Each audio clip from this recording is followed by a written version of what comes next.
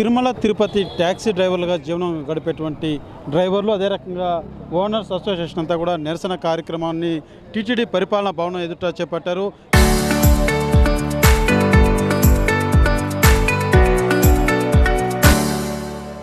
వెంకటేశ్వర స్వామి చిత్రపటానికి పాలాభిషేకం చేస్తూ మా సమస్యల్ని తీర్చేవాళ్ళు లేరా ప్రభు అంటూ కూడా వీళ్ళు గోవిందులు పెడుతూ నిరసన వ్యక్తం చేసినటువంటి పరిస్థితి ఉంది. చెప్పండి, ప్రధానంగా ఏంటి మీ సమస్య ఏంటి?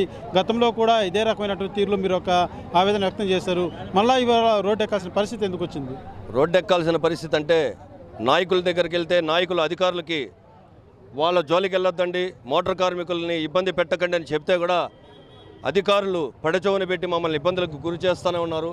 ఇంకా ఏం చేయాలో పాలుపోయకుండా మాకు ఇంక ఏ విధంగా మేము ఎవరికి చెప్పుకోవాలో మా గోడు వెళ్ళబుచ్చుకోవడానికి ఎవరికి చెప్పుకోవాలో తెలియకుండా ఇంకా కలియుగ వెంకటేశ్వర స్వామి ఆయన చిత్రపటానికి పాలాభిషేకం చేసి, స్వామి మా బాధలు, మా బాధక సాధకాలు, మా కష్టాలన్నీ నువ్వే తీర్చాలి స్వామి అని చెప్పి ఆయనకు మొరపెట్టుకోవడం జరిగింది. ప్రధానంగా ఏంటి అంటే ఏ రకంగా మీరు ఇబ్బందులకు గురవుతున్నారు, ఎలాంటి సమస్యలు ఉన్నాయి? సంబంధం లేకుండా వివిధ రకాలుగా ఏ విధంగా అయినా తిరుపతి లోకల్గా ఉన్న ట్యాక్సీలని తిరుమలకి ఆపేయాలి, ఒక్కసారిగా గొంతు పిసికితే వీళ్ళు వచ్చి అందరూ ఎక్కడ కూర్చుంటారు అనేసి వీళ్ళంతటా వీళ్ళే మోటార్ ఫీల్డే మాకు వద్దు దండం పెట్టి వెళ్ళిపోయే విధంగా వీళ్ళని చిత్రహింసలకి గురి చేయాలని చెప్పి మమ్మల్ని బతుకు చేసుకోనీయకుండా మేము ఏ అధికారులను కానీ ఏ నాయకులను కానీ ఇప్పటి వరకు అయ్యా మాకు సబ్సిడీలో మాకు కార్లు కొనివ్వండి, లేకపోతే మాకు ఇళ్ల స్థలాలు లేవు మాకు ఇంటి స్థలాలు రాసివ్వండి, లేకపోతే మా పిల్లలకు ఉద్యోగాలు కావాలని చెప్పి మేము ఎవరి దగ్గరికి వెళ్ళి అడుక్కోలేదండి.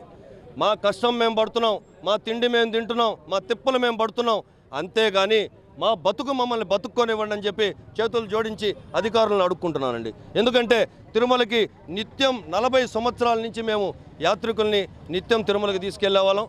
అదేవిధంగా ఈరోజు కూడా మా జీవనాన్ని సాగించుకుంటున్నాం.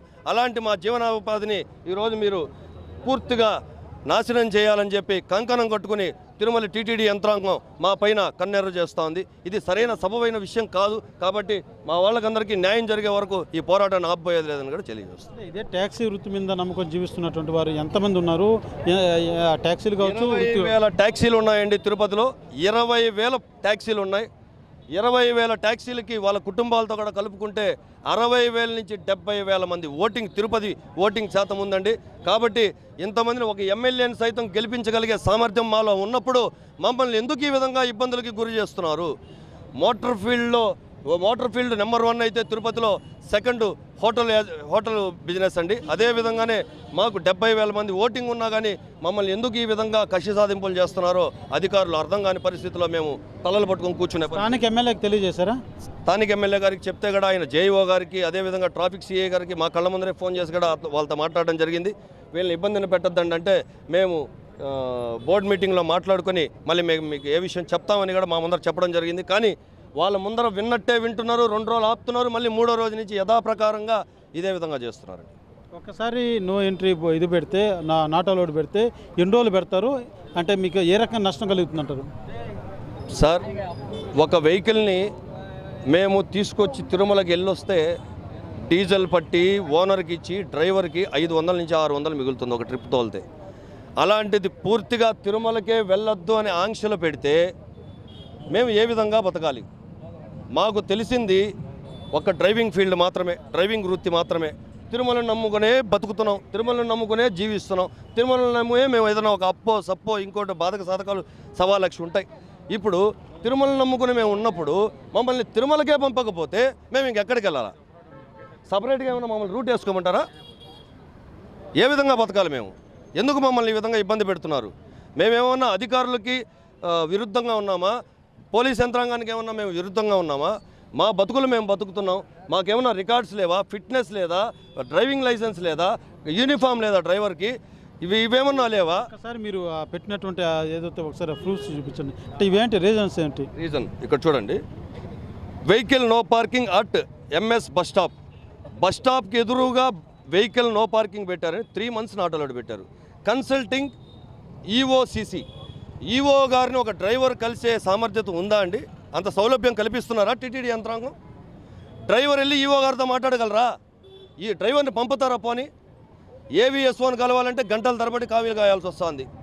ఈ రోజు పోతే రేపు పోతే ఎల్లుండి పోతే ఇంకొక రోజు రా అంటారు. బండి కాగితాలు చెక్ చేస్తారు. నువ్వేమన్నా ఆర్టీఓనా?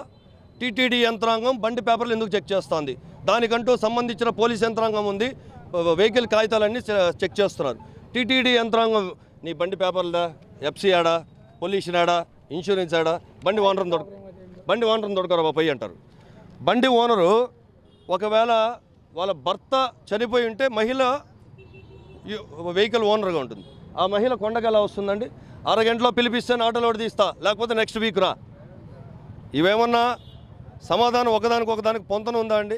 రికార్డ్స్ చెక్ చేసేదానికి టీటీడీ యంత్రాంగం ఎవరు? మీకేం సంబంధం? మీరు ఎందుకు చెక్ చేస్తారు? తిరుపతి అలిపిరి దగ్గర ఆర్టీఓ అధికారులు ఉన్నారు, కొండపైన జిఎస్టీ టోల్గేట్లో ఆర్టీఓ అధికారులు ఉన్నారు. అంటే వాళ్ళకంటే ఎక్కువ మీకు తెలుసా? ఆర్టీఓ అధికారుల కంటే ఎక్కువ మీరు చెక్ చేయగలరా? గవర్నమెంట్ 6 నెలలకు ఒకసారి పొల్యూషన్ ఇస్తుంది. ఆ 6 నెలల పొల్యూషన్ కాదని చెప్పి గవర్నమెంట్ని గేతాపకర చేసి నువ్వు మళ్ళీ ఇంకొక పొల్యూషన్ మిషన్ పెట్టి చెక్ చేస్తావు. అంటే టీటీడీదే కరెక్టా, ప్రభుత్వాన్ని తప్ప? ఇప్పుడు ఈ సమస్య పరిష్కారం కాకుండా తదుపరి ఏ రకంగా ఉండబోతుంది? మేము మాకందరికీ న్యాయం జరిగే వరకు ఆమరణ నిరాహార దీక్ష చేసేదానికి కూడా సిద్ధమండి.